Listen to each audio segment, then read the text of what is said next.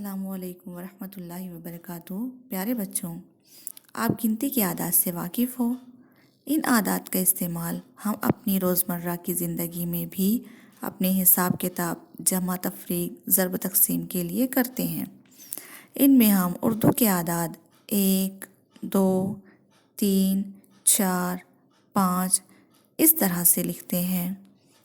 اسی طرح سے بین الاقوامی ہندسی اعداد 1، 2، 3، 4، 5 اس طرح لکھا جاتا ہے۔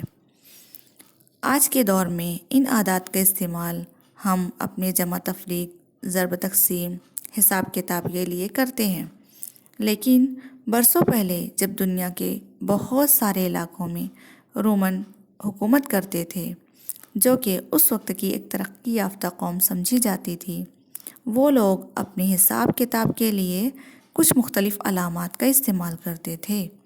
وہ علامات جو آج ہم لوگوں کو کہیں کہیں ہی نظر آتی ہے، جیسے گھڑی کے طبق پر، وہ کچھ اس طرح سے لکھی جاتی ہیں: 1، 2، 3، 4، 5۔